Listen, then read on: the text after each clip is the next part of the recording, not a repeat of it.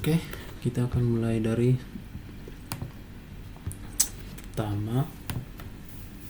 Inilah struktur folder untuk project Laravel. Ada pp, drive, config database, public resource, kemudian root, storage, test, segala macam. Ini untuk env nya. App URL ini untuk URL dari projectnya. Biasanya itu localhost portnya 8000 kan, 8000.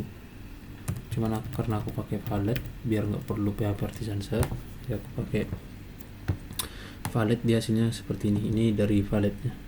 Kemudian ada Composer JSON, ini untuk apa aja yang dipakai di Laravelnya, package atau package atau dependencies yang dipakai di Laravelnya. Seperti PHP 82 ke atas, ini artinya ke atas ya, PHP 82 ke atas, 82, 83, 84 atau 85 bebas.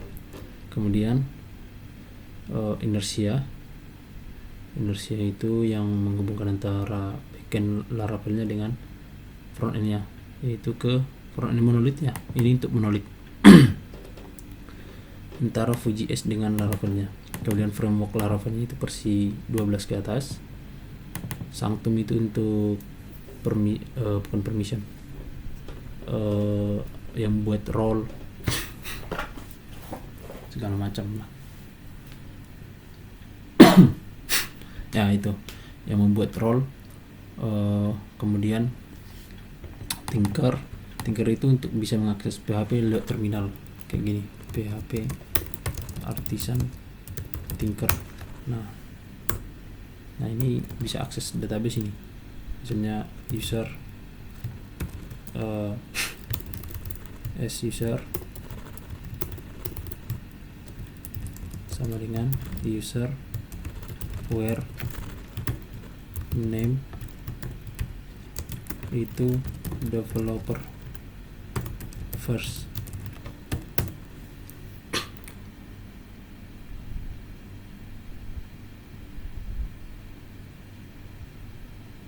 Oh bukan name ya, nickname ya, nickname. Kok ada titik? Gitu ya. Ini mengakses Tinker itu mengakses database lewat terminal. Tapi kalau sekarang kita kan ada yang udah pakai database client kan, seperti phpMyAdmin dari browser localhost, PHP localhost yang itulah. Kalau enggak kayak punya aku biasanya pakai ini Navigate kayak gini. Tinggal aku konekkan aja ke database-nya. Ini udah bisa. Kalau mau query bisa query dari sini. Nah, buka aja ya. Aku biasanya pakai Navigate. Ada yang pakai Brave ya, DB Brave atau segala macam lah. Biasanya orang-orang anak kuliah biasanya pakai phpMyAdmin karena pakai MySQL. Nah, kemudian Faker nanti aku jelasin. Ini semula package yang dipakai gitu. Kemudian package JSON itu untuk Vue.js-nya, JavaScript. Untuk JavaScript-nya yang kita pakai di sini, framework JavaScript-nya itu Vue.js. Inilah dependensi yang dipakai di Vue-nya. Itu untuk Tailwind CSS versi 4, itu framework CSS-nya. Kemudian Vite segala macam, Axios. Kalau mau cari tahu itu apa, tinggal cari di ChatGPT aja. Ini apa, ini segala macam. Inersia dengan Vue-nya pakai yang versi 2. Lucid Vue itu untuk icon. Kemudian ada momen ini untuk mengambil tanggal, format tanggal atau mengambil tanggal hari ini kayak gitu. Momen. Tapi momen untuk apa? Untuk yang JavaScript Vue. Nah, kalau di PHP nanti ada namanya Carbon. Di Laravel itu pakai Carbon. Nah, Itu untuk sekitar tentang env, package segala macam lah. Kemudian sini ada di Laravel itu ada istilahnya MVC itu atau dalam bahasa Indonesia MVC. Nah gitu. Kalau bahasa Inggrisnya bacanya MVC kan. Model view, itu singkatan dari model, view sama controller. C kan controller. Nah itu adalah bentuk secara singkat lah garis besarnya dari Laravel. Dia pakai MVC. Terus di sini ada folder database. Database ini ada 3 folder: Factories ini bawaan, Migration bawaan, Seeder bawaan juga dari Laravel. Yang pertama itu migration udah biasa lah aku bilang kan, membuat tabel ke database gitu. Nanti dieksekusinya menggunakan PHP Artisan Migrate. Kalau migrate fresh berarti membuat semua, menghapus semua tabel yang ada, baru buat baru lagi, itu artinya migrate fresh. Tapi kalau PHP Migrate membuat tabel yang belum ada, misalnya kalau contohnya ini user udah ada di database. Kalau PHP Artisan Migrate dia nggak bakalan bisa dijalankan karena ini nggak bakalan jalan karena tabel user udah ada di database. Kalau mau menambah segala macam buat migration baru. Nah kan cara simpelnya biasanya kalau yang aku buat pakai fresh, biar hapus dulu semuanya baru lagi, jadi jalankan semuanya. Oke. Tapi kalau untuk project besar biasanya buat migration baru. Misalnya di user kayak gini, aku menambahi kolom baru, misalnya kolom kolom gender lah gitu, gender. Kalau contohnya pakai fresh kan datanya bakalan kehapus, cuman di production kan atau di udah banyak di data isinya, sayang kali kalau dihapus gitu kan, apalagi nggak ada seeder. Nah biasanya dibuat migration baru untuk menambahi satu kolom doang untuk tabel itu. Buatkan aja migration baru habis itu PHP Artisan Migrate. Itu bakalan menjalankan yang migration terakhir. Cuman karena ini masih kecil, datanya pun dikit, ya fresh aja langsung. Kebetulan juga ada seeder juga. Seeder ini data pertama kali, jadi nggak perlu input data lagi. Nah ini semua user segala macam. Di sini ada ID-nya pakai UID yang bentuknya string 32 karakter kalau nggak salah. Segala macam ini kriterianya unik atau nullable kah segala macam gitu.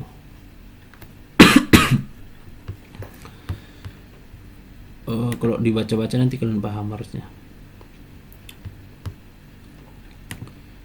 Kayak gini-gini, tipe datanya string, timestamp itu biasanya di migration wajib lah supaya ada created sama updatednya. Tanggal create sama updated itu ada di kolomnya kalau pakai timestamp. Kemudian soft delete itu menambahi kolom updated tanggal dihapus. Fungsinya untuk kalau pakai fitur soft delete, maksudnya datanya hapus tapi dari database belum terhapus, masih sistem menganggapnya udah dihapus, cuman di database dia masih ada, jadi bisa di restore, dikembalikan, dipulihkan lagi. Nanti bentuknya kayak gini, bentuknya nanti seperti ini. Nah ini datanya kalau nol berarti datanya masih ada, cuman kalau udah ada tanggal nanti sini udah keisi berarti datanya udah dihapus. Nah kalau mau di restore tinggal sistem nanti mengembalikan ini jadi nol gitu. Begitulah seterusnya kayak gini-gini. Ini ada JSON tipenya semua nanti data kecuali yang ini itu bakalan masuk ke ke data kayak gitu, itu udah di handle semualah. Itu untuk migration. Kemudian di seeder, nah di seeder kan ada action. Nah di sini biar aku jelaskan juga action sama modul itu. Ini kan modul itu tahulah menu-menu yang ada di sana kan, yang ada di aplikasi. di aplikasi penjadwalannya. Ini menu-menunya, dashboard, departemen, menu schedule period, menu action. Cuman di front end udah diterjemahkan. Kalau pakai bahasa Inggris nanti hasilnya kayak gini, tapi kalau bahasa Indonesia kan udah diterjemahkan dia. Nah, action sama modul itu fungsinya apa? Fungsinya adalah membuat permission. Permission itu nanti hasilnya seperti ini. Ini adalah contoh dari hasil dari permission. Permission itu kan gabungan dari action sama modul. Action modul gitu. Jadi di modul nanti inputnya kayak gini. Cuman waktu menginput ke modulnya ada penambahan kolom slug. Slug itu diambil dari nama. Cuman nama itu diubah jadi slug. Slug itu, function slug itu adalah mengubah string jadi bentuk slug. Slug itu bentuknya seperti ini. Misalnya kayak gini, user permission. Slug itu jadi ubah ke huruf kecil atau lowercase, huruf kecil semua, user permission. Gitu kan? Udah huruf kecil semua. Kemudian kalau ada spasi, ganti spasinya jadi dash. Nah, itu slug. Jadi function slug itu membuat yang kayak gini jadi seperti ini. Buat semua lowercase, kalau ada spasi, replace spasinya atau ubah spasinya jadi dash. Jadi hasilnya nanti user position. Nah, itulah hasil dari slugnya nanti. Nah, hasilnya itu nanti kayak gini di tabel modules. Nah, dashboard slugnya kayak gini, user position slugnya kayak gini gitu. Kemudian action ini kan kayak gini, ada segini lah. Standarnya itu action itu cuman read, create, update, delete, atau disingkat CRUD, create, read, update, delete. Cuman aku ada penambahan karena pakai soft delete, ini perlu untuk restore dan force delete. Kemudian ada menu untuk menampilkan menu di sidebar nanti muncul atau enggak. Kemudian lookup untuk select permission untuk select box. Drop down yang select, misalnya select user, select role, dia bakalan pakai permission ini. Nah, permissionnya kan hasilnya seperti ini. Mana tadi ini? Nah, fungsinya ini lookup user, berarti dia bisa mengakses select box untuk user. Kalau nggak ada ini, hasilnya itu nanti kosong, select boxnya kosong. Lookup departemen adalah select box untuk departemen. Select box departemen itu dipakai apa? Dipakai di penjadwalan. Di penjadwalan kan ada pilih departemen. Data departemennya itu kan diambil dari database. Biar bisa request datanya ke backend, dia harus punya permission lookup departemen ini. Biarpun ada tombolnya, tombol pilihnya, tapi kalau nggak ada permission ini, hasilnya itu akan tetap nol atau kosong atau data tidak ada gitu, karena dia nggak punya permission ini biarpun muncul tombolnya. Nah, itu dia. Ini segala macam, misalnya untuk permission untuk developer, role-nya untuk admin, segala macam diaturnya di sini. Kalau mau tahu tinggal kopikan codingan ini, suruh dijelaskan sama AI aja. Yang penting itu standarnya kayak gini lah, user lah. Ini user kan. Menu ini untuk menampilkan menu yang di sidebar muncul atau tidak. Read-nya ini untuk merequest data untuk data tabel yang banyak. So ini untuk per satu data. Untuk detail, read itu untuk membuat data. Tombol tambahnya itu muncul enggak di data tabel atau enggak. Kalau dia ada permission create user, maka di data tabel user tombol tambah itu muncul. Kalau enggak ada, maka tombol tambahnya hilang. Enggak muncul, jadi nggak bisa nambah data. Update itu bisa edit, yang di action sebelah kanan yang ada pilihan itu. Delete juga sama restore. Kalau nggak ada ini, tombolnya disable, nggak bisa diklik. Force delete juga. Seperti itu. Ini untuk schedule, data-data awal lain semua segala macam. User seeder, ini data yang manual, kayak yang udah pasti buat lah gitu, kayak gini kan. Nah, sisanya itu randomnya pakai factory. ini folder factories, user factory ini membuat data-data random tapi manusiawi pakai Faker. Faker ini namanya ada package Faker PHP. Ini membuat ini package untuk membuat data random. Nah, membuat data random mana tadi? Membuat data random yang untuk nama tapi manusiawi gitu. Makanya hasilnya nanti waktu pertama kali kan ada 100 data itu, 100-an. Itu nama-namanya dibuat random. Cuman namanya itu tetap manusiawi. Enggak kayak bla bla bla bla enggak gitu, enggak ya entah bahasa apa gitu, enggak. Dia tetap manusiawi dan preferensinya berdasarkan nama-nama di Indonesia gitu. Ada yang bisa dipilih juga Fakernya pakai Faker Indonesia atau orang Barat atau Cina atau apa segalanya bisa. Itu bisa diatur. Lupa aku ngaturnya. Cuman di sinilah. Ini username karena unik. Jadi aku buat function baru untuk pengecekan apakah datanya ada yang sama. Kalau sama cari nama lain atau tambahkan angka, angka di belakang segala macam, atau tambahkan singkatan, itu segala macam lah. Untuk user skill itu untuk mengassign user ini punya skill apa aja. Ini untuk membuat user ini punya jabatan apa aja. Misalnya kayak gini, Hani, dia bakalan kepala departemen head di EW departemen EW gitu. Dan juga division leader di musik, division yang OD, division leader di vokal ini. Sidir untuk user position supaya usernya itu punya posisi atau jabatan di divisi atau departemen. Ini untuk data seeder untuk division, user division, menghubungkan antara user dengan division. User ini punya divisi apa aja, sama juga user ini punya departemen apa aja. Ini untuk skill seeder, skill apa aja yang ada. setting ini kebanyakan dipakai di halaman profil gereja ya, yang public, yang web. Ini kayak jadwal ibadah raya, jadwal ibadah next gen, start kit, family cell, operasional, jam operasional gitu.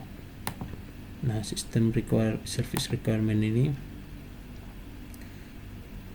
requirement untuk musik, berapa orang butuhnya, multimedia, kamera, butuh berapa orang kayak gitu. Tapi cuman ini belum dipakai di sini sih. Ini enggak dipakai sebenarnya, soalnya requirementnya itu masih hardcode di penjadwalan. Nah, itulah untuk database. Kemudian yang aku bilang itu sebelum ke sana ada root. Sebelum ke MVC ya, ada root. Root ini ada yang API, ada yang web. Nah, sebenarnya yang lain-lainnya itu API semua ini. Kemudian API-nya dipanggil semua, yaitu dipanggil di dalam folder API. API ini nanti yang dipakai untuk yang ke next-nya, yang keluar, yang ke yang RESTful API. Nah, yang webnya ini root yang dipakai di monolithnya, yang di Vue.js untuk web profile gereja. Dia akan memanggil home controller dengan function home untuk root slash doang atau slash kosong. Tapi kalau slash about, dia bakalan memanggil function about. Nah, kita cek di sini ada function home about service contact. Dia akan merender home ini karena kita pakai inersia, dia bakalan otomatis inersia yang Vue ya. Inersia Vue kan di sini kan ada inersia Vue. Halo. Belum lagi buat video ya, menjelaskan codingan ini.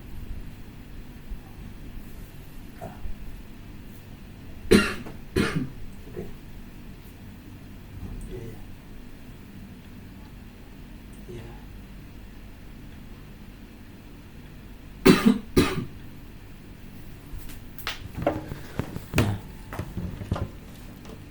yang inersia JS kan untuk Vue, jadi otomatis dia akan merender di home controller ini kan kita panggil inersia kan, jadi dia akan merender file home.vue yang ada di pages.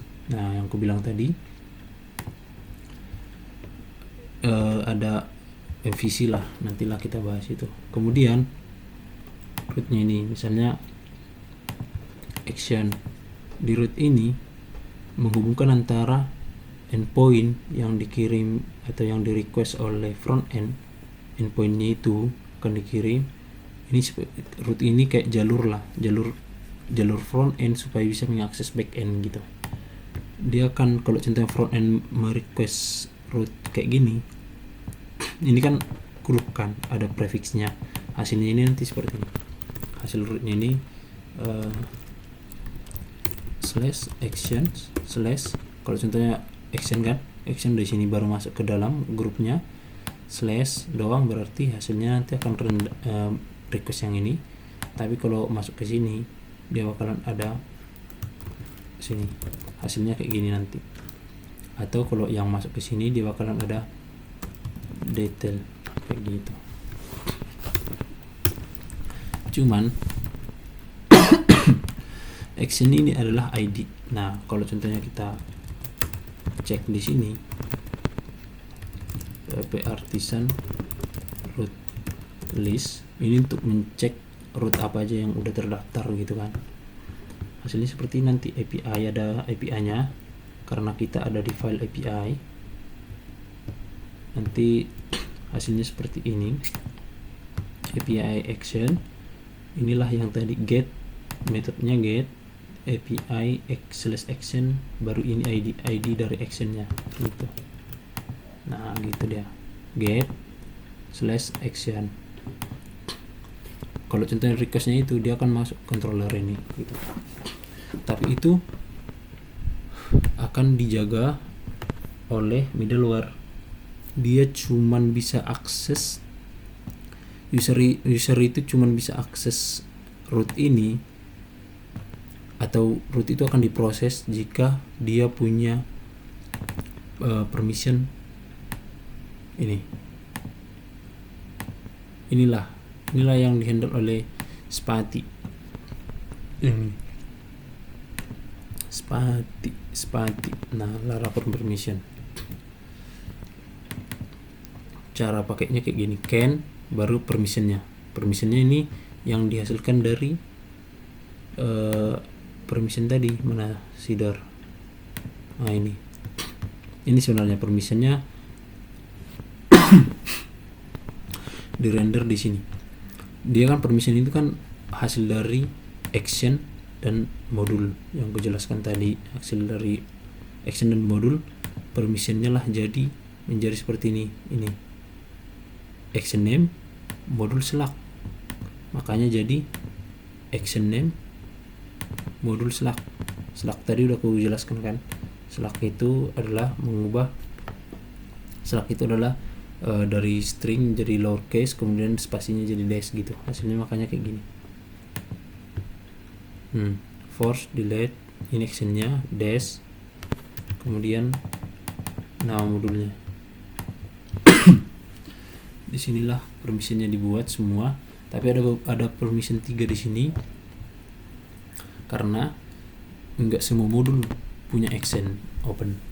Jadi kalau dibuat semua modul pakai open, jadi memperbanyak database tapi enggak ada gunanya gitu.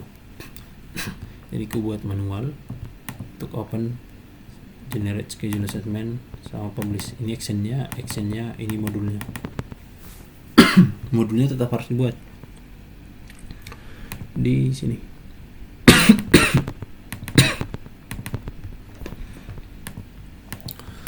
Oke.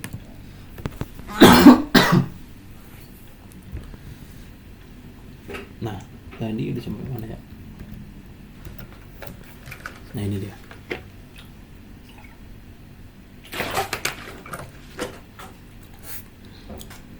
Root itu bisa diakses atau diproses kalau punya role permissionnya. Ini.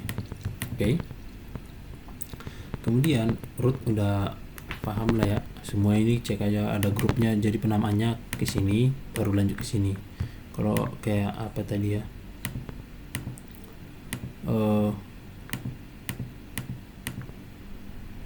misal apa ya,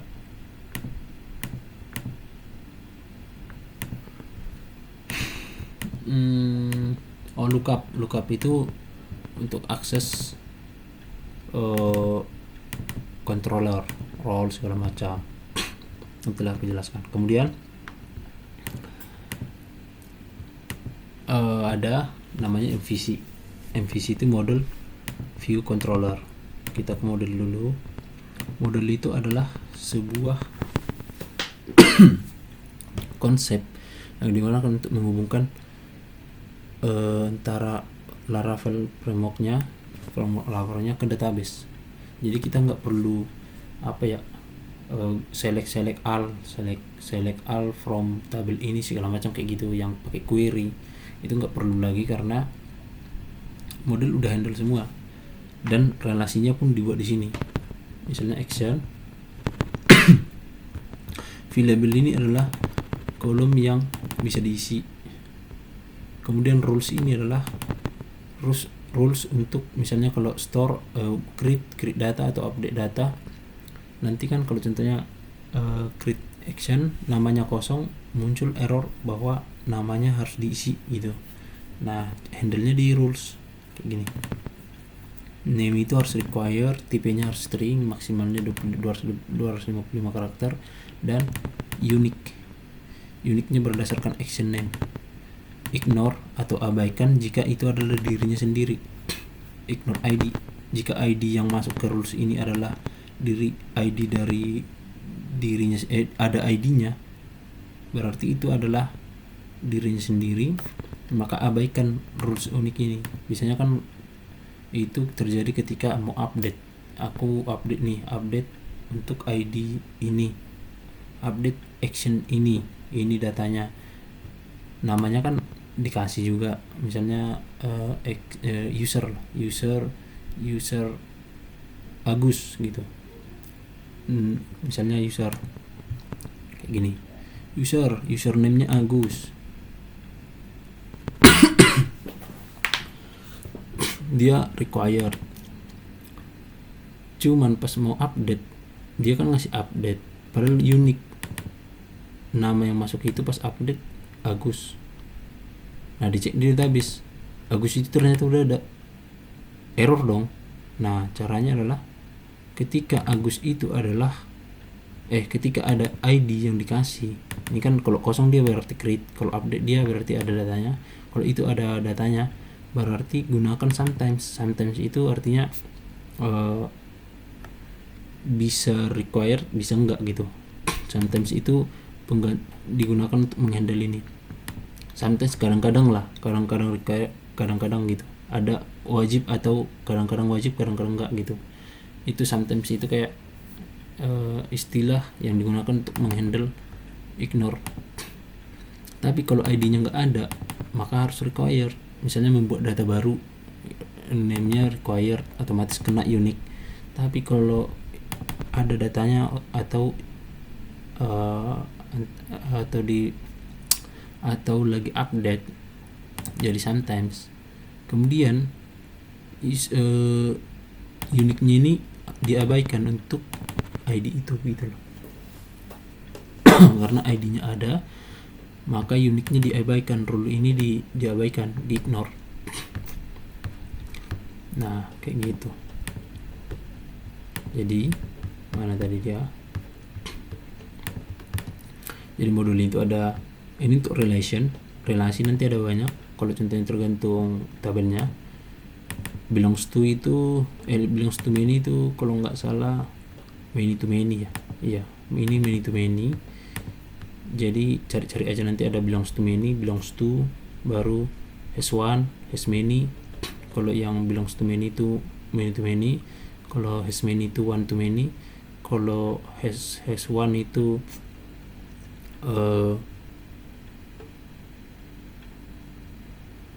one to one ya. baru belongs to itu one to many.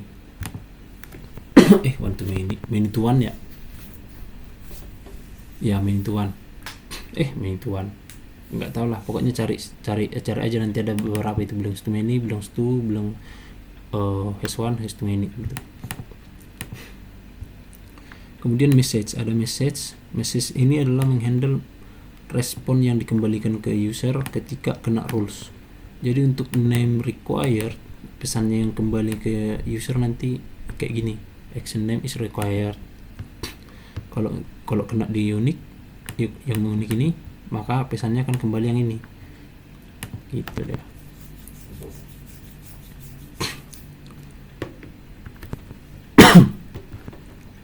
Itu model itu ada relasinya kayak gini lah.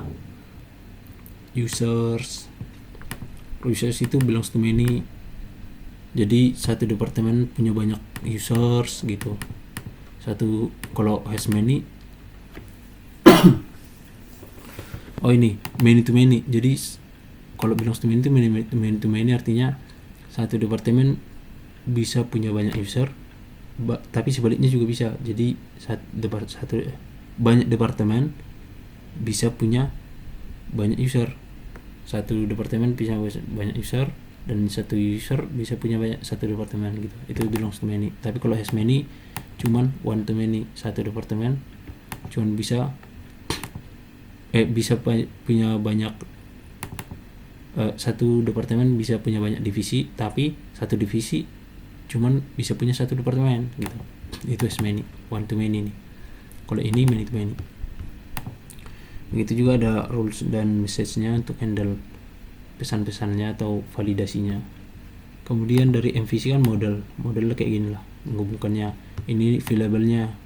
Variable itu kolom-kolom apa aja yang bisa diisi gitu. Kemudian MVC view itu adalah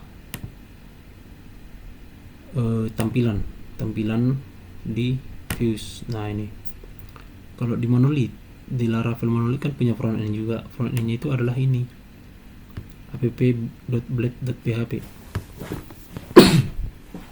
Dulu project skripsiku masih pakai blade.php kayak gini. Jadi hasilnya nanti hasil di apanya kayak gini, nanti hasilnya kayak index.php kayak gini jadinya.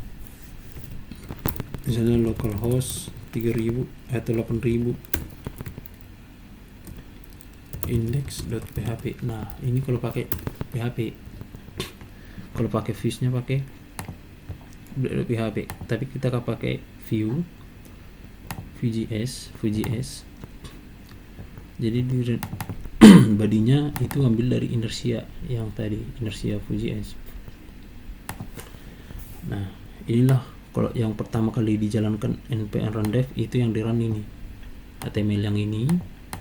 HTML ini isinya Vue.js ini gitu, isinya itu adalah ini.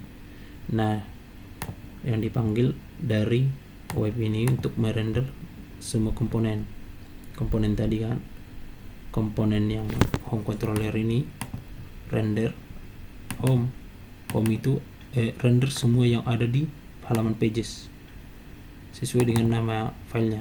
Kalau di sini home berarti ini home gitu, pages, about, kontak, segala macam. Ini layoutnya, layout bentukannya. Pertama atasnya header, tengahnya main, bawahnya footer gitu. Kemudian komponen untuk chart service segala macam, baca lah, harusnya bisa. Kemudian CSS,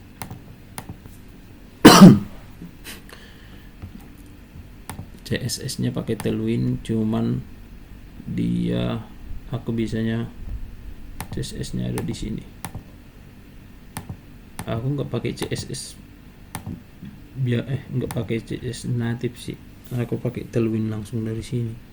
Kelas Tailwind itu aku pakai karena framework CSS kan tinggal pakai kelas, jadi nggak pakai file CSS lagi. Kemudian itu view, Kemudian untuk controller itu untuk mengakses data, mengolah data segala macam, menghubungkan dari root masuk controller, dari controller masuk ke model, baru dari model ke database. Alurnya seperti itu. Ini ada beberapa controller. Itu destroy artinya untuk menghapus, force delete itu menghapus permanen, index controller itu untuk mengambil data untuk datable, restore itu memulihkan data dari yang di delete, yang soft delete, so itu untuk menampilkan detail satu data doang. Store, kalau yang ini semua banyak data ya, array. Kalau store itu membuat data, update mengupdate. Nah, misalnya store data, dia bakalan pakai request, store request ini ada di file request di sini.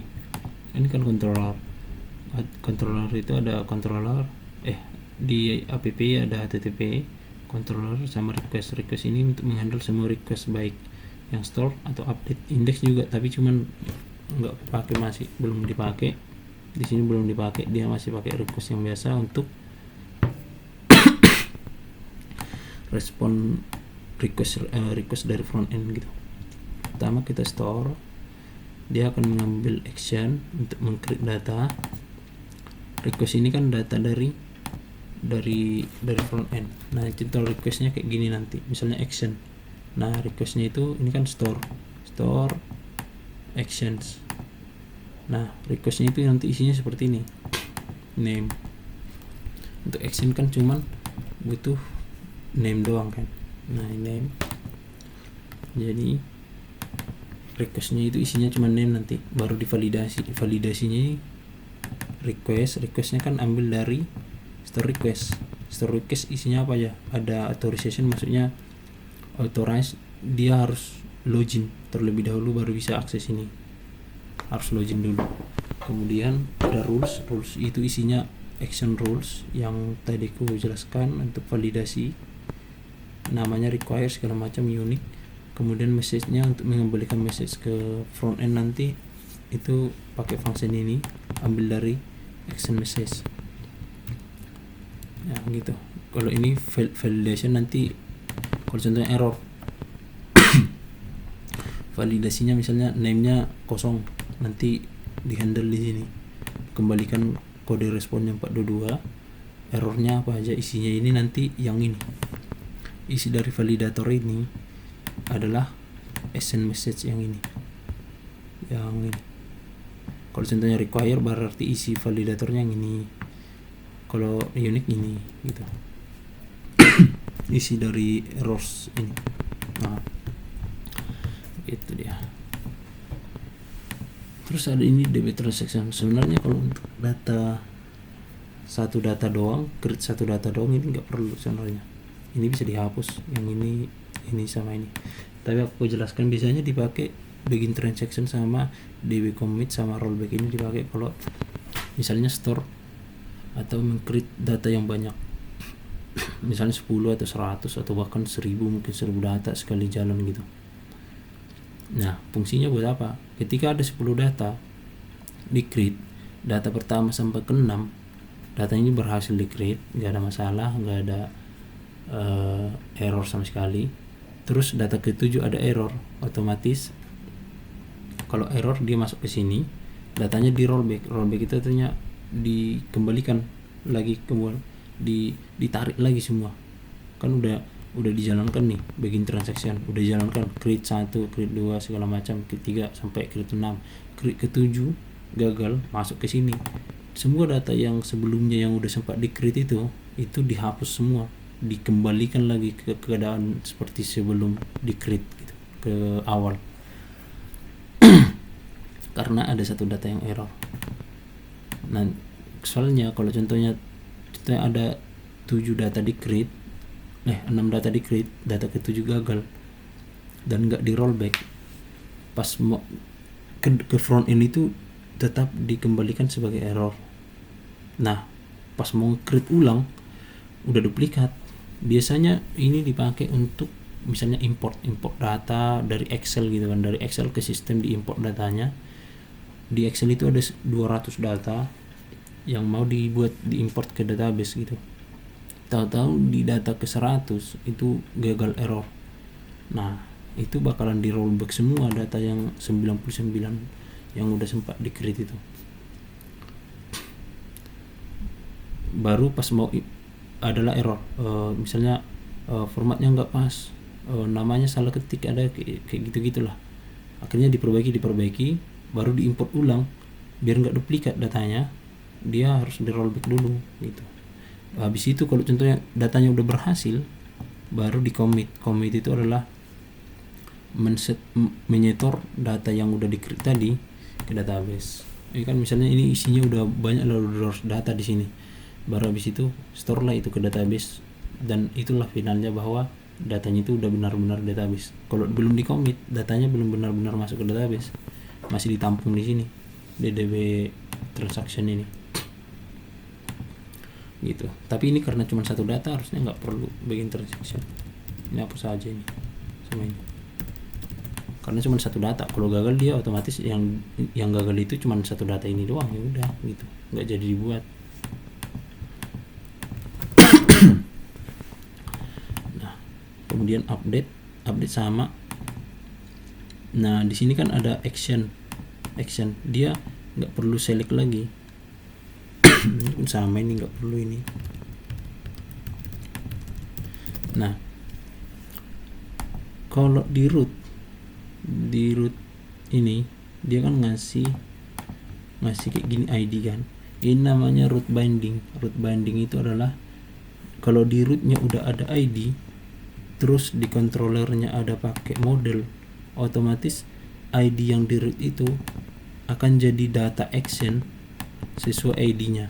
Jadi otomatis di sini udah jadi bukan ID doang, udah jadi data dia. Tapi dia ngambilnya dari root binding, dari sini. Kan di sini jatuhnya ID kan, di sini hasilnya jadi kayak gini. Mana ya? Ini. Nah dari front end kan requestnya kayak gini kan.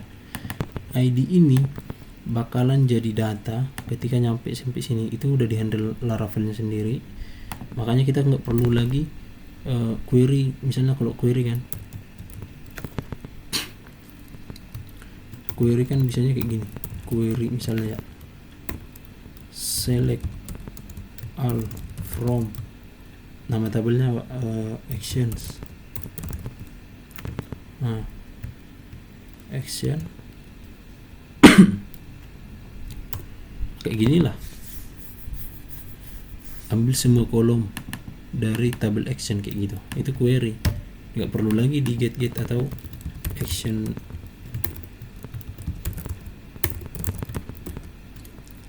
where ID sama dengan action ID.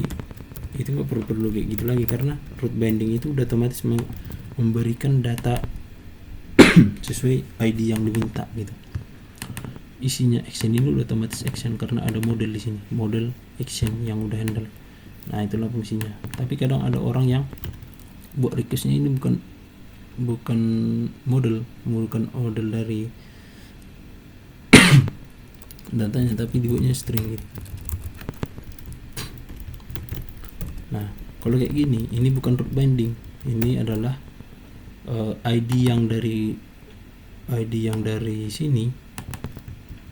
Akhirnya kayak gini, tetap misalnya action gitu, karena atau enggak biasanya orang buatnya kayak gini ya. Sini ID, gini kan ID kan, karena isinya memang ID, berarti ini juga ID. Nah dia bakalan capek lagi membuat action untuk memanggil action where ID is ID, baru find or fail atau first biasanya dipakai ini first karena cuma ngambil satu data. Nah kayak gini pun bisa, ini pun hasilnya sama, cuman kan butuh satu baris lagi untuk mengambil datanya dari database. Nah makanya pakai root binding. Jadi kalau kayak gini hasilnya sama kalau kita pakai model. Nah kalau modelnya udah dipanggil, datanya itu udah otomatis ada, udah wajib ada. Nah kayak gini, ini yang aku bilang tadi, string ID. Nah kayak gini lah. Ini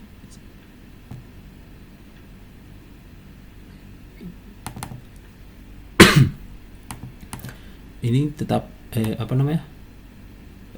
ngambil data dari model, harus hasilnya sama aja gitu.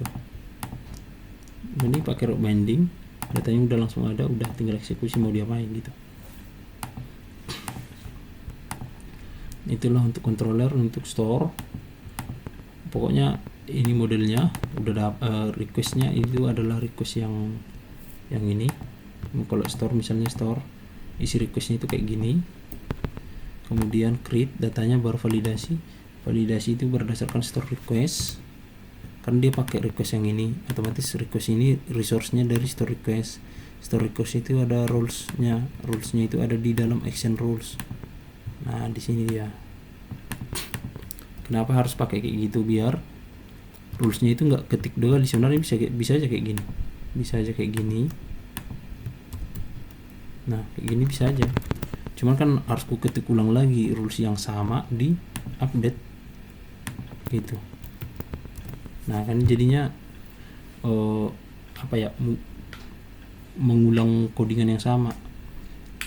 Sebisa mungkin itu kalau ngoding itu terapkan konsep dry itu singkatan dari do not repeat yourself gitu. Jangan mengulangi dirimu sendiri di beberapa kode berulang gitulah istilahnya. Nah mending gabungkan di action, tinggal panggil aja. Nah yang inilah yang ID tadi itu.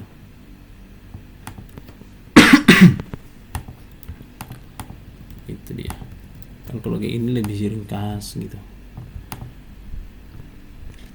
Kemudian ini action controller, ada middleware. Ini nggak pernah penting, request yang tadi untuk form validasinya,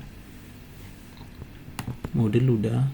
Kemudian ada service ini adalah untuk penjadwalan itu ada banyak di sini.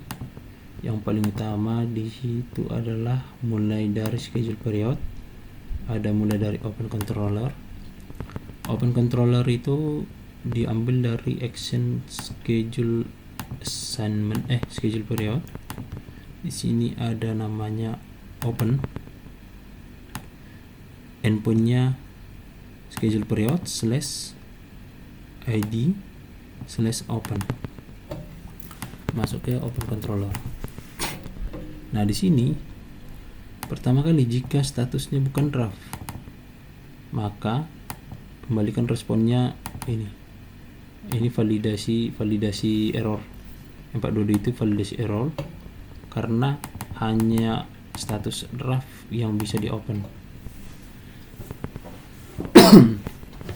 Kalau kita tengok di database di migration schedule period itu untuk status itu ada draft, open, close. Harusnya close ini nggak dipakai sih. Dari open, generating itu masih dalam proses generate. Ini udah berhasil di generate, kemudian udah publish. Fail itu kalau generating itu hasilnya ada dua status, berhasil di generate atau fail. Fail itu bisa jadi servernya error atau beberapa kasus yang di kondisi di waktu penjadwalan itu nggak terpenuhi, hasilnya akhirnya fail gitu kan. Kemudian nanti open controller, setelah kalau ini lolos artinya statusnya memang bukan draft, maka jalankan period build service, jalankan service untuk function build gitu. Period service diserviskan, service scheduling ini dari app service scheduling, period service. Nah ini untuk function build, atau lebih cepatnya kita tinggal ini kan aja, kontrol baru klik kiri, tap masuk function build. Ini function build, kasihkan data periodnya di dalam ini sebagai parameter. Build ini kan parameternya nih, parameter untuk period. Nah pertama cek lagi, sebenarnya ini nggak perlu sih karena udah dicek ya, udah dicek di sini, ini udah dicek, harusnya ini nggak perlu.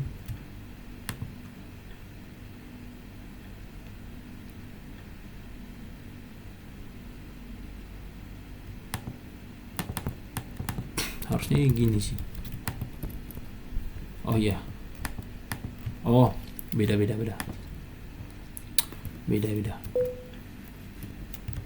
Nah kalau yang ini, jika statusnya bukan draft maka nggak bisa dieksekusi. Tapi kalau di sini, kalau statusnya bukan draft bahwa maka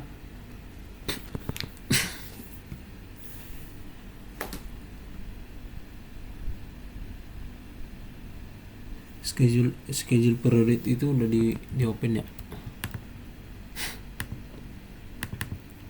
Ya di sini kalau nggak draft dia nggak boleh eksekusi ke sini. Di sini kalau contohnya statusnya bukan draft berarti udah kebuka kan, harusnya ini nggak perlu sih. Iya nggak perlu lah, ini nggak perlu. Ini dengan kondisi yang sama, pengecekan yang sama, nggak bakalan kena sih itu. Baru update lah statusnya jadi open, ubahlah status period open jadi dibuka, kemudian generate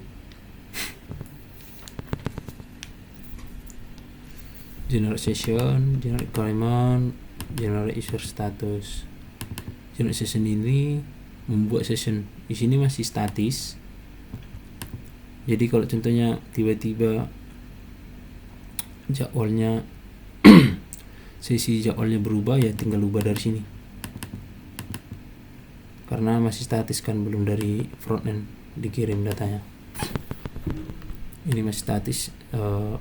Kalau di yang ku kembangkan itu udah dinamis. Dari front end bisa ubah nama, jam, segala macam itu bisa diubah dari depan.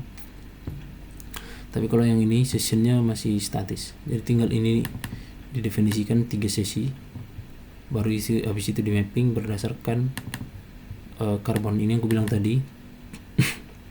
karbon itu untuk format tanggal atau mengambil tanggal hari ini atau tanggal tertentu, pokoknya bagian tanggal penanggalan lah.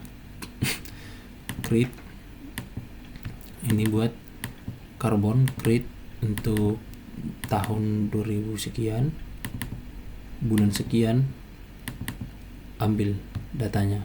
Startnya, tanggalnya ini tanggal 1, kemudian N nya ambil dari N month, tanggal bulan ini tanggal 1 untuk tahun dan bulan di tahun ini, tanggal akhirnya kayak gini. Kemudian carbon period untuk menghasilkan tanggal-tanggal untuk hari Minggu saja. Ini kan di mapping dulu semua tanggal yang ada di bulan itu, yang ada di tanggal, mulai tanggal 1 sampai tanggal akhir bulan. Kemudian jika tanggal itu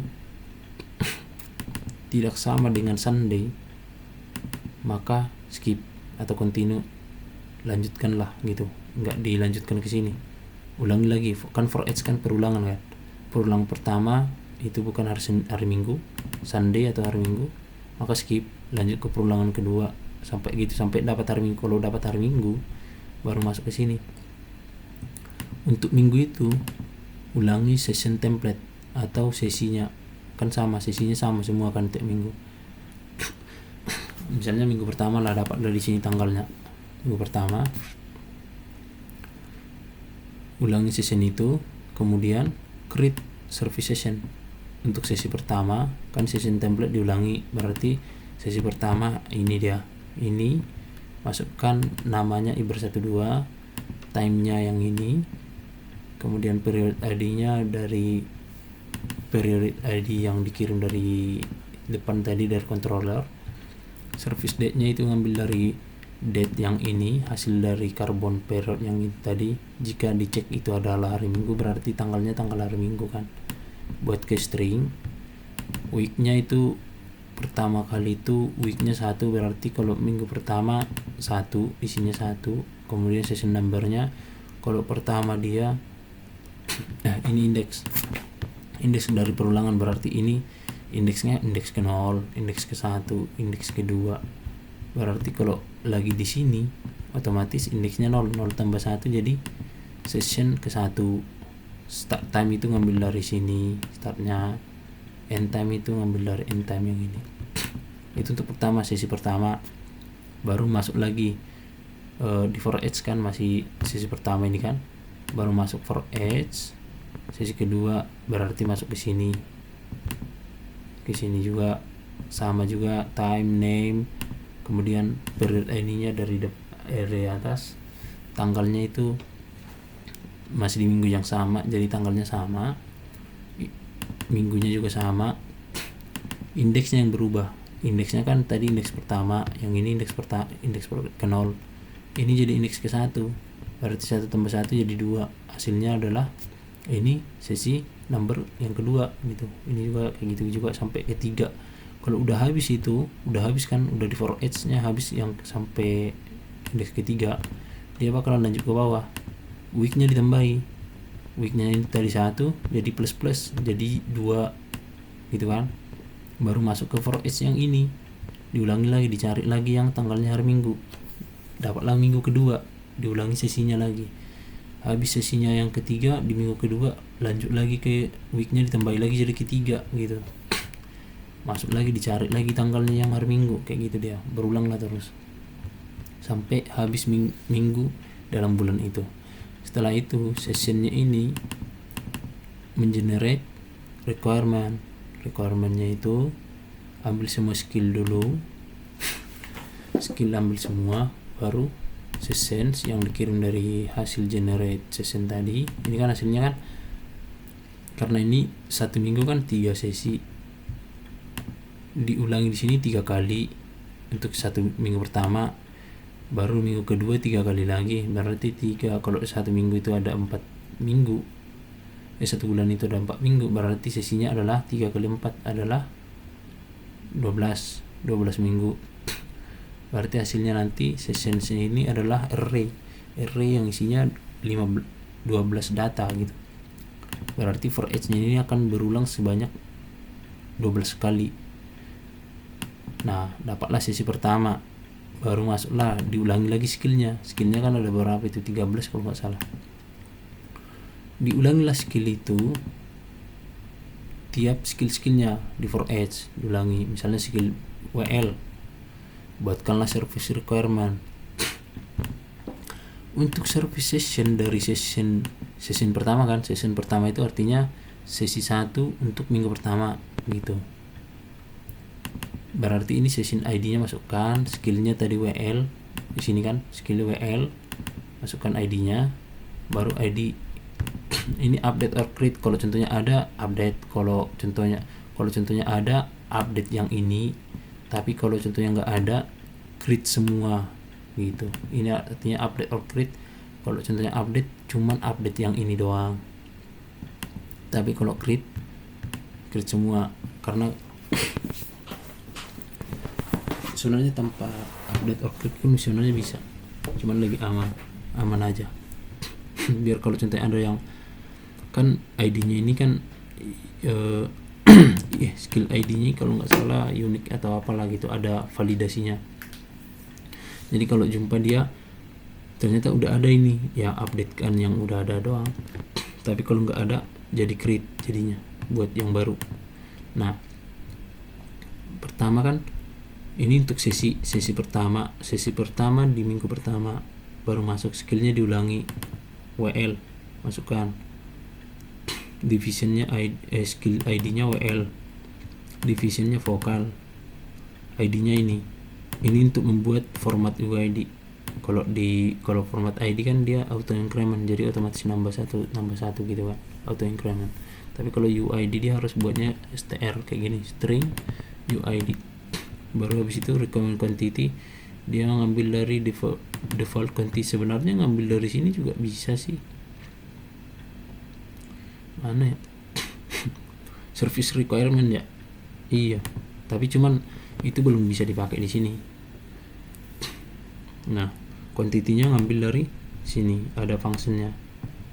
Ini tinggal ditambahi yang aku bilang kemarin. Kalau contohnya singer 2 singernya 4, slide namanya ini harus sama ya dengan nama skill, soalnya pengecekannya berdasarkan nama 2 gitu, dan seterusnya. Kalau singernya cuma 3 segala macam ya tinggal buat aja 3. Nah, quantity-nya diambil dari situ berdasarkan skill itu jika dicek match itu artinya sama, skill name-nya adalah singer, maka kembalikan quantity-nya 4, return 4 untuk ini gitu.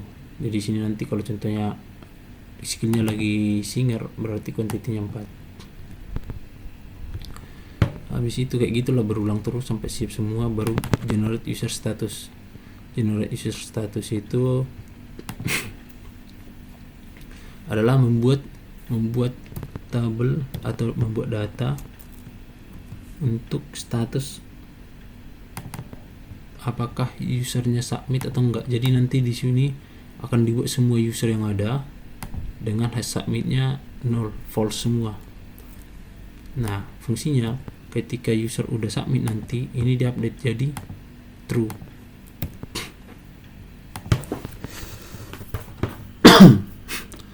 Terus ini udah jadilah. Ini bakalan ambil semua yang user yang ada ya, volunteer, semua user dengan yang format volunteer untuk periode untuk departemen itu akan diulangi, membuat semua schedule period status. Semua usernya akan dibuat dengan submitnya false. Nah, kalau udah jadi kembalikan returnnya period gitu deh. Hasil returnnya itu kan hasilnya periodnya tadi, inilah hasilnya returnnya. Kemudian kembalikan ke depan dengan sukses message-nya, ini open success datanya data period. Nah, kalau mau publishnya cuman pas waktu publish dia baru di submit. Pertama ini bukan pakai model karena lumayan banyak juga data yang harus diolah, jadi harus pakai DB gini doang biar lebih spesifik, karena kita cuma mengambil count atau total doang, bukan mengambil data, dia cuma mengambil data doang. Jadi pakai DB aja biar relasinya nggak ikut. Kalau kita pakai model kayak gini untuk menghitungkan doang itu terlalu boros, terlalu berat nanti ke servernya. Nah, kayak gini tabel user join ke bla bla bla bla bla bla, join ke role dimana supaya bisa pengecekan dimana role name-nya adalah volunteer, where lagi tipenya adalah dari user, baru where status aktif.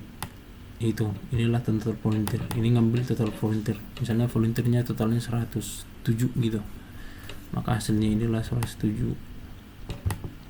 Submitted count adalah jumlah dari schedule availabilities, dimana untuk periode ini where schedule period ID, kan di sini ada period ID ya, schedule period ini dimana ambil semua yang schedule periodnya ini berdasarkan schedule period itu, kemudian listing user ID, baru hitung jumlah yang submit berapa.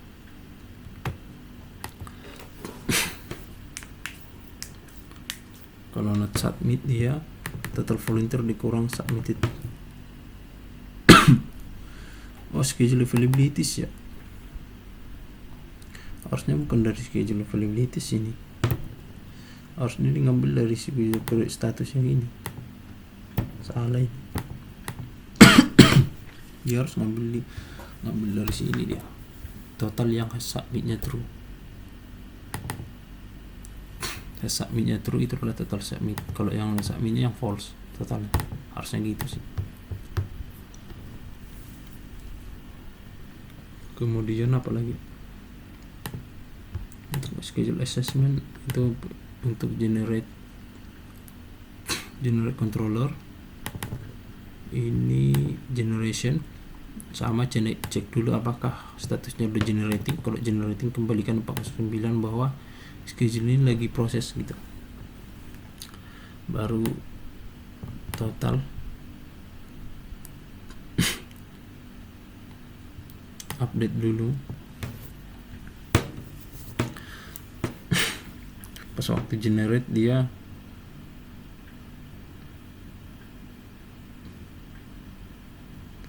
oh iya, di sini nggak perlu ini berarti tadi waktu ngopen dia waktu open ya, waktu apa tadi ya, waktu publish dia update lagi ya.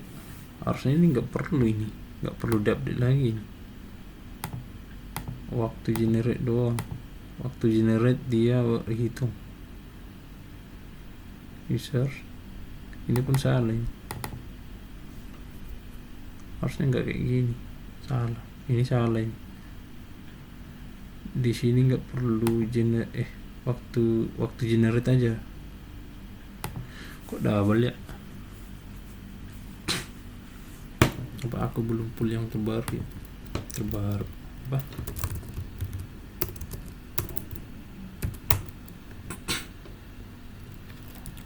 Udah update sih. Ini salah sih. Kayaknya ada yang code yang salah. Oke lah. Nah kayak gitu. Kemudian generate, diupdate dulu statusnya jadi generating, baru jalankan jobnya. Ini job. Fungsinya untuk menjalankan di balik layar pekerjaan-pekerjaan kayak gini, karena butuh waktu yang lama dan butuh menjalankan proses data yang banyak, dan job ini dijalankan di background gitu. Nah waktu di job dia ambil dulu periodnya kan, data periodnya, kemudian jalankan service schedule generator service dengan function generate. Kasihkan periodnya ke dalam juga karena bakalan butuh juga. Di sini service schedule generator service. Pertama DB transaction dulu, karena ketika ini dijalankan DB transaction, karena DB transaction, karena kalau ada error dia bakalan nge-rollback semua data kayak yang gue bilang tadi. Pertama jalankan konteks service untuk konteks builder. Untuk build ini semua menyediakan format data yang akan di-generate gitu. Mulai dari relasinya itu ke requirement, session assignment, user status, kemudian ambil semua user yang dengan relasi skill juga, relasi availabilities, kemudian dengan role volunteer yang role-nya volunteer, semua user yang role-nya volunteer dan dimana statusnya juga aktif gitu, baru ambil. Inilah user-user ini yang akan desain ke dalam konteksnya, dibuatlah hasilnya kayak gini. Nanti ada period, ada session, requirement, segala macam. Baru sessionnya diisi juga dengan session ID, minggu, session number, requirementnya apa aja. Baru requirementnya itu di for each lagi, isinya session ID, division, skillnya apa, jumlah requirement quantity untuk skillnya berapa. Terus user di for each, membuat konteks lah ini, apa-apa aja yang akan disediakan gitu. Kalau contohnya mau pengen tahu lebih detail lagi, kopikan aja yang bagian konteks ini langsung ke AI. Baru hasil konteksnya ini, itulah yang akan di-generate. Jalankan genetic scheduler. Hasil menjalankannya ini nanti akan di run. Ini scheduler genetic scheduler kan. Sebenarnya gini pun sebenarnya bisa ini.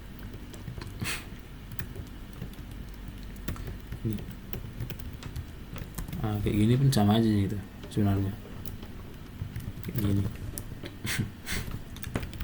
Cuman AI yang buat ini kayaknya biar lebih lebih terstruktur lah gitu, tapi jadi lebih susah dibaca ya.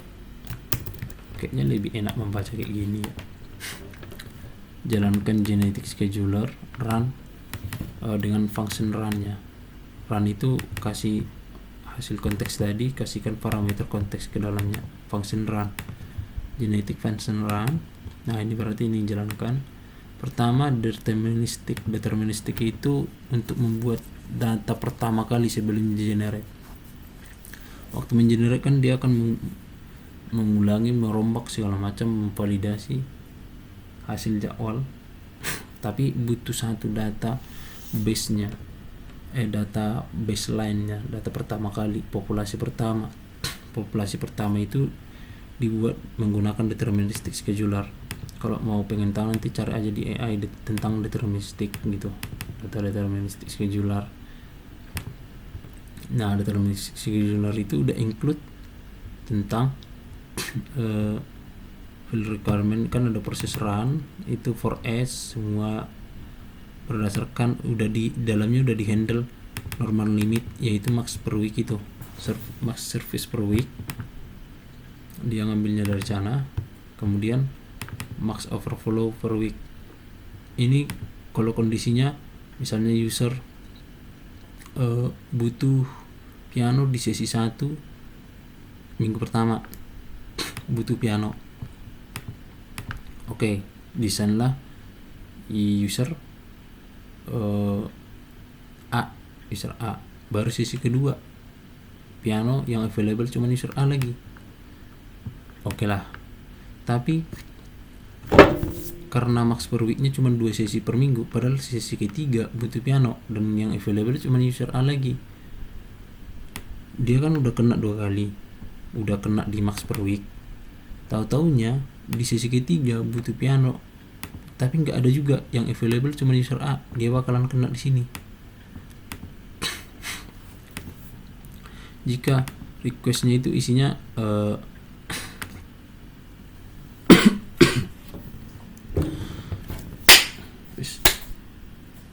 nah dia akan mencari requirement dengan kondisi max overflow. Overflow itu kalau yang di sini dibuat 3. Kalau max per week kan 2 sesi per minggu. Kalau max overflow itu 3 sesi per minggu. Nah, kalau contohnya kondisinya di sini udah kena juga, udah 2 sesi dia di 1 minggu itu, cuman kandidat untuk di assign nggak ada juga, dia bakal menjalankan tetap assign dia menjadi 3 kali seminggu karena masih ada max overflow. Overflow itu yang berlebihan lah, saya masih bisa. Nah sini kondisinya mencari kandidat, ini lumayan panjang lah, tinggal cari aja nanti, kopikan aja ke AI, mengisi requirement, baru habis itu waktu mengisi requirement itu dia akan mencari kandidat user siapa-siapa aja berdasarkan skill. Kalau contohnya skillnya nggak match, maka continue skip. Jika dia udah di assign di sesi ini, misalnya di sesi 1 minggu pertama, sesi 1 minggu pertama itu dia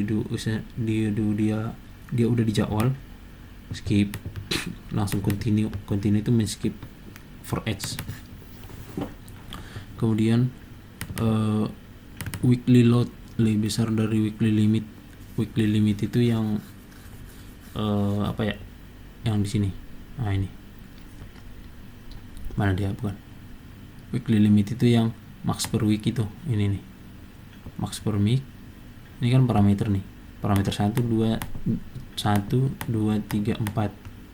Nah 1 2 3 4 berarti weekly limit itu diambil dari max overflow.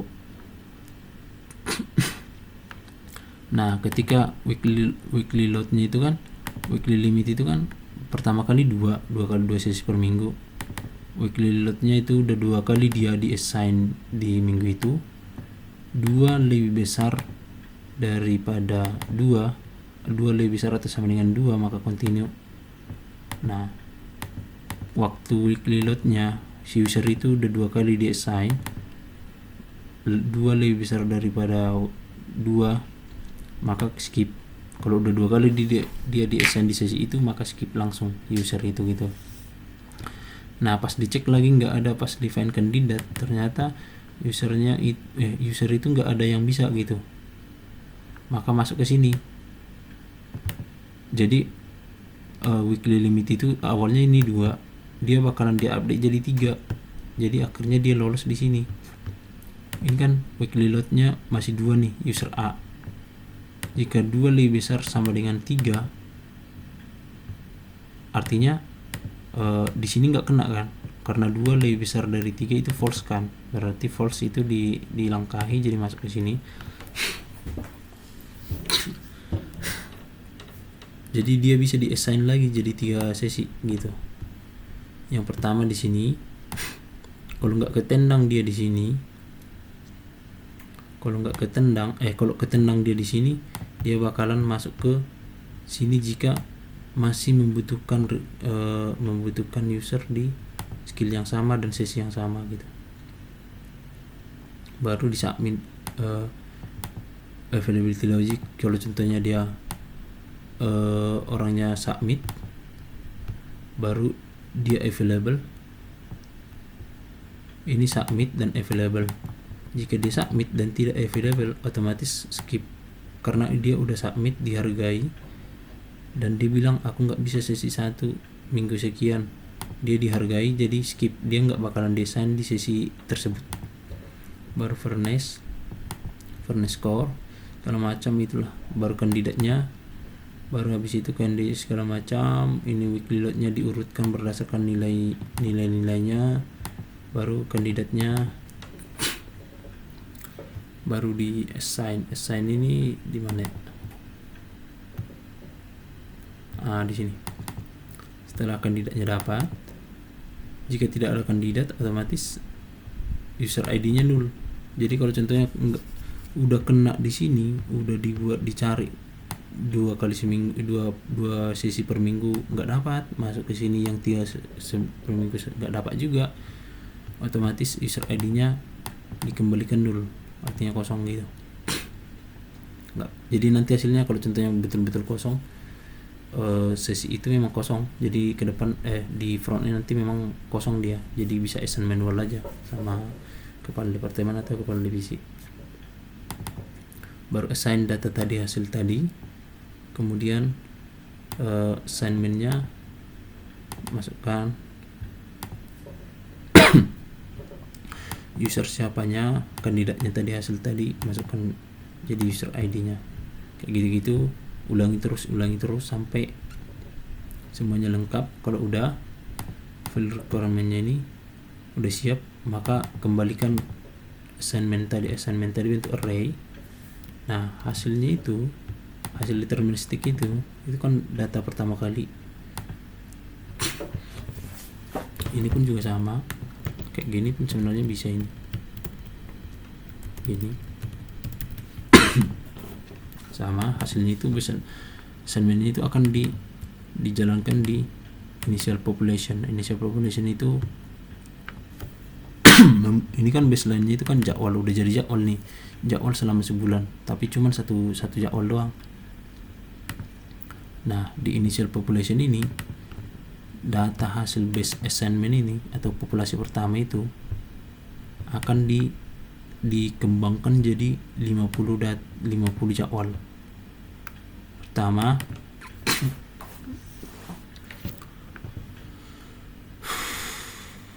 assignment base ini database-nya jadi population. Ini membuat supaya membuat datanya menjadi kromosom atau array yang gampang diolah gitu. Ini fungsinya assignment to kromosom, supaya datanya menjadi array yang gampang diolah, supaya lebih gampang diolah gitulah, diubah datanya. baru hasilnya population itu diulangi sebanyak 50 kali, atau kembangkan populasi pertama itu menjadi 50 populasi. Tapi setiap populasi itu akan dimutasi itu berdasarkan rank kandidat, atau diacak-acak lah, carilah nanti gimana fungsinya itu, panjang kali kalau aku jelaskan. Kemudian hasil population itu kan udah 50 nih, udah 50 jadwal. Setelah perulangannya ke 50 baru kembalikan ke atas, hasilnya adalah populasi ini jumlahnya 50 jadwal. Baru kemudian ulangi lagi, kembangkan lagi 50 jadwal ini,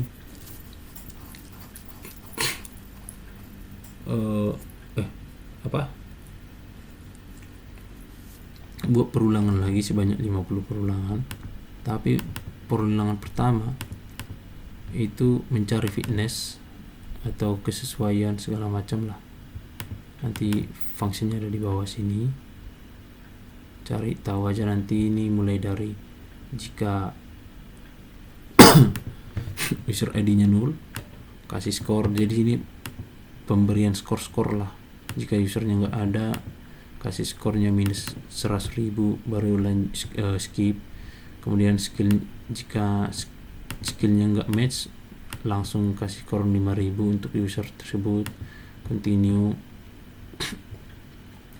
Jika double assignment, maksudnya di sesi yang sama dia dipanggil lagi gitu, langsung kick, langsung kasih nilainya minus sekian, karena nggak boleh ya, fatal itu kalau contohnya satu orang di assign di satu sesi yang sama 2 kali. Jika availability ini, jika dia submit dan dibilang available, dia submit tapi tidak available, kick juga, karena kalau dia udah submit tapi nggak isi, otomatis memang nggak bisa dijadwal. Tapi selain itu tambahkan skor. Ini pokoknya fitness itu menambah skor berdasarkan pengecekan ini. Kemudian berdasarkan primary skill, itu maksudnya skillnya itu primary atau skill utama atau enggak, soalnya kan user bisa punya beberapa skill tapi ada skill utamanya gitu. Baru weekly load, ini batas maksimal, misalnya dia udah berapa kali di jadwal di sesi tersebut, di satu minggu itu. Baru habis itu fairness, kayak gitulah. Ini penghitungan skor segala macam. Cari tahu aja nanti, atau enggak kalau ada waktu biar ku jelaskan langsung. Kemudian edit selection dari 50 population isinya 50 jadwal. Dari itu pilih 10 jadwal dengan nilai tertinggi gitu, ambil 10 jadwal nilai tertinggi. Kemudian dari 10 itu kembangkan lagi jadi 10 jadwal, reproduce lagi, mutasi lagi gitu, dan ulangi terus untuk populasi pertama, populasi kedua, ketiga, keempat. Hasilnya nanti tetap 50. Baru habis itu ambil base nya itu, ambil kalau nggak salah ambil nilai tertinggi, skor tertinggi dari populasi itu kan punya, setiap populasi kan punya nilai kan. Nah, ambil dia yang terbaik, baru yang terbaik itulah assign sebagai jadwal. Kayak begitu dia. Nah, hasil assignmentnya itulah yang akan dimasukkan ke dalam schedule assignment.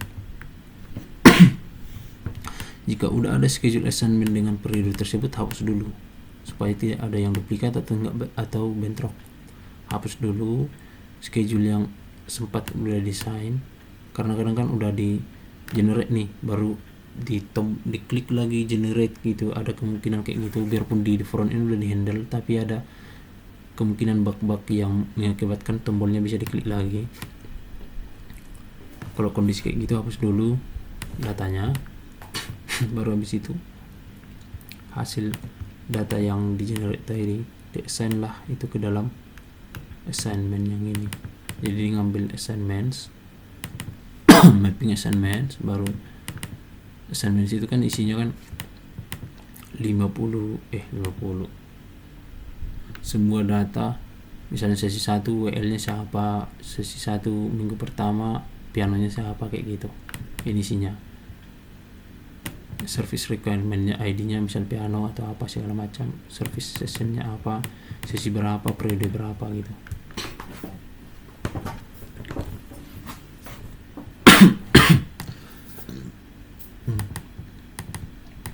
Itu menyimpan data ke database. Oke. Saya kira itu dulu untuk API project Laravel-nya.